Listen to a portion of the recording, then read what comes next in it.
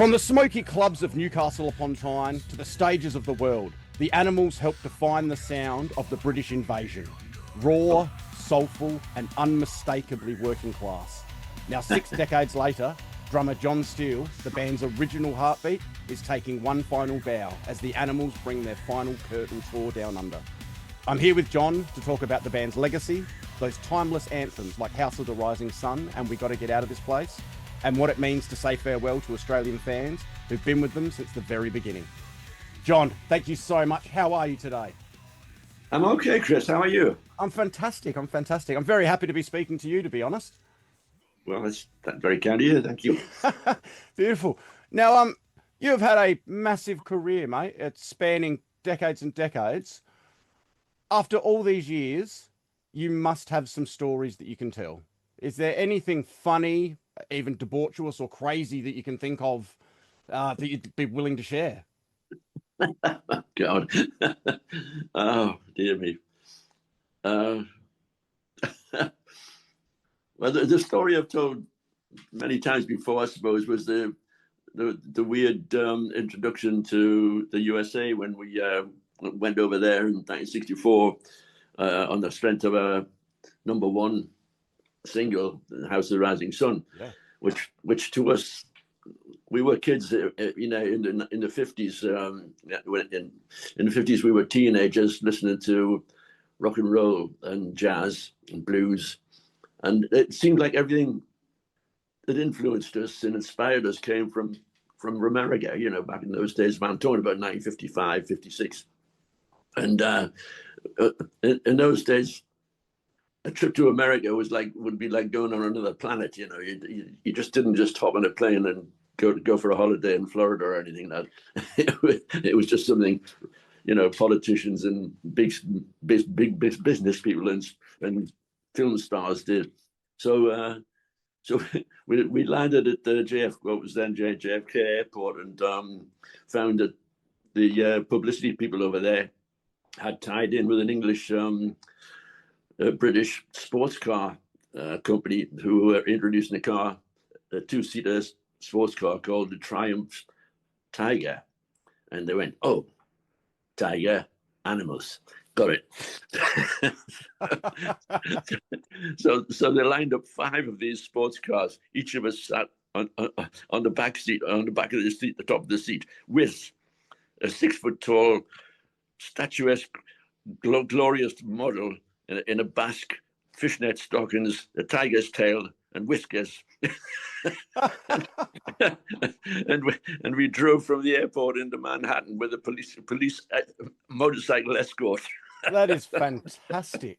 Oh, and what an image to see as well. I'm sure there's photos or video of this as well. I think there are clips around. You can find it somewhere, but it was a hysterically funny experience when I first visited the States, and it was something I've never forgotten. I can imagine it. I mean, it'd feel like landing on another planet and then having that happen. Like, that's amazing. That is fantastic. Speaking of songs like House of the Rising Sun, and you've got so many other songs that really defined that era. How much did you understand at the time that there'd be such a lasting impact from these records? Oh man, I can remember at the time thinking, "This is great. Couple of years of this, and then I'll probably get back to normal life."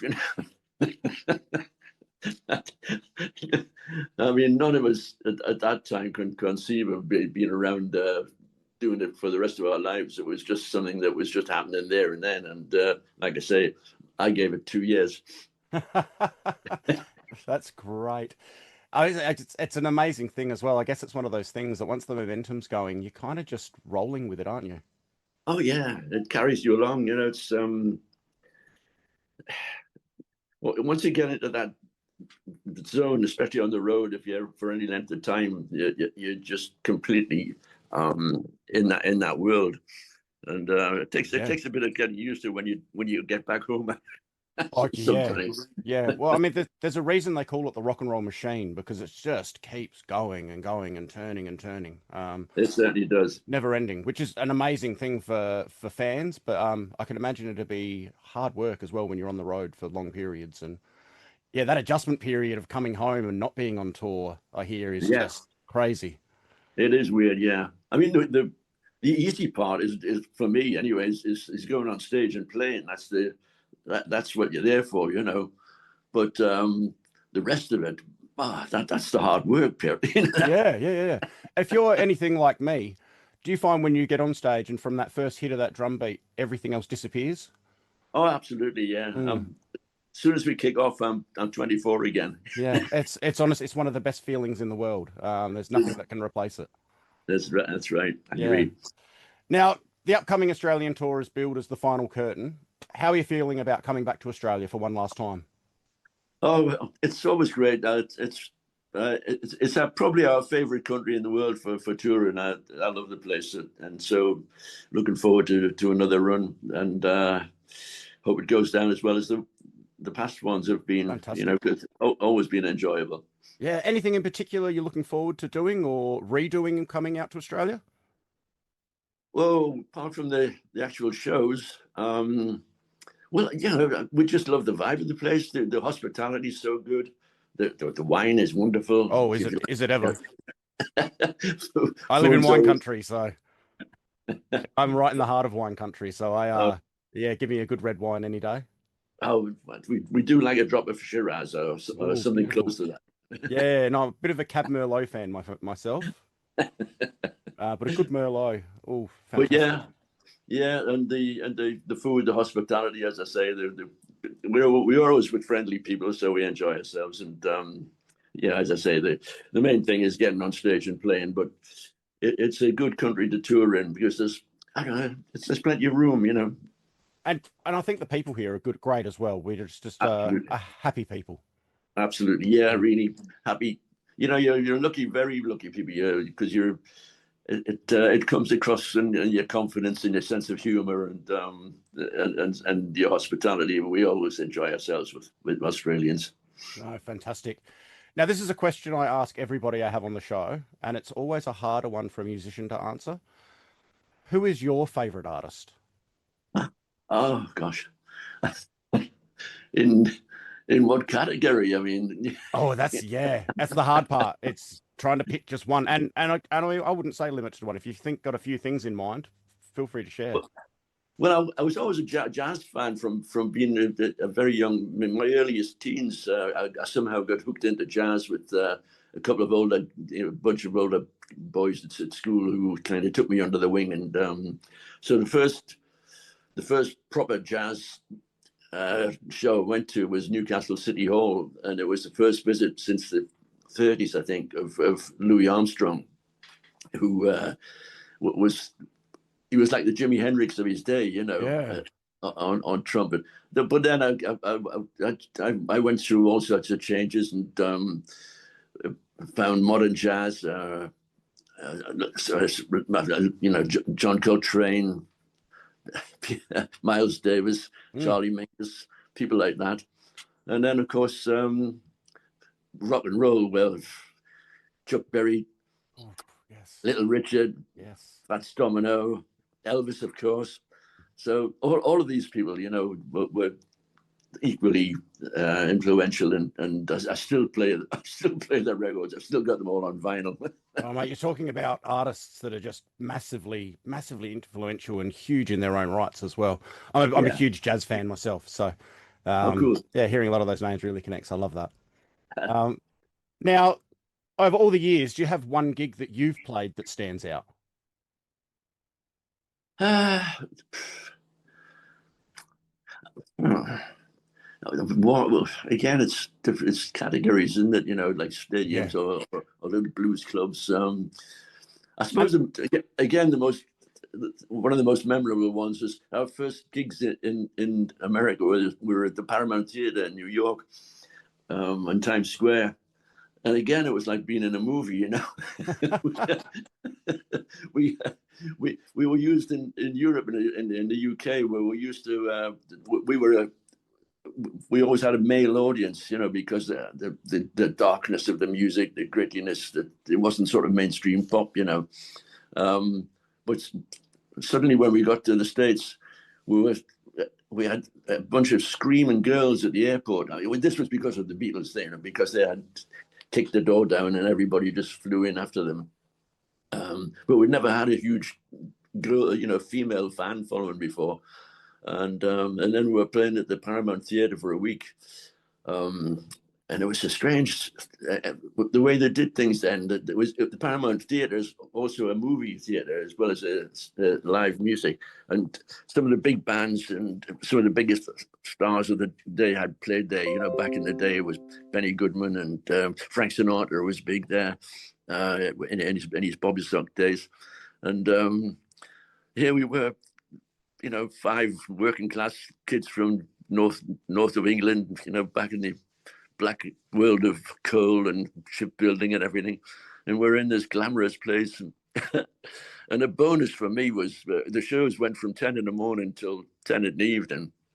We did about 4 or 5 shows a day, short spots with other people and a movie at the same time, because they interspersed the day with live show, movie, live show, movie, live show, movie. Finished off at 10 o'clock at night. And then all I had to do was walk 2 blocks up the road from the Paramount Theatre, and I was in Birdland, which was the heart of jazz at the time. And John Coltrane and his quartet were there the whole week we were at the Paramount. That is John fantastic. Yeah, so it was like heaven for me. I was up there every night after the show, and Mose Allison was doubling. They played John Coltrane set, and then Mose Allison set, but they were doing 4 or 5 sets a night, and I never heard John Coltrane repeat himself once in a whole week. Wow, that is fantastic. I've always thought that as good as the gigs are, it's usually the time spent before or after the gig that makes it the most memorable for me. Yeah, it often is.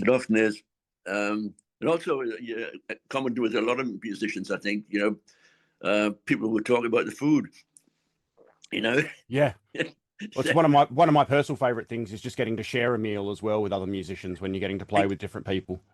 Exactly. Yeah, it's a great it's a great social life as well as the performing and everything. You get to hang out together and have a meal and a drink and say, oh, that was the place we had that fantastic steak or whatever it was. I love that. Yeah, I absolutely love that, and also getting to see those people again. It takes a little while sometimes, but the travel comes back around and you're queuing up back up or touring with the same people again and getting to do it all over again, which is awesome. Yeah. It's going to be a sort of sad one in a way to being the last one, but everything comes to an end, I suppose. But it does. But I always say never say completely never.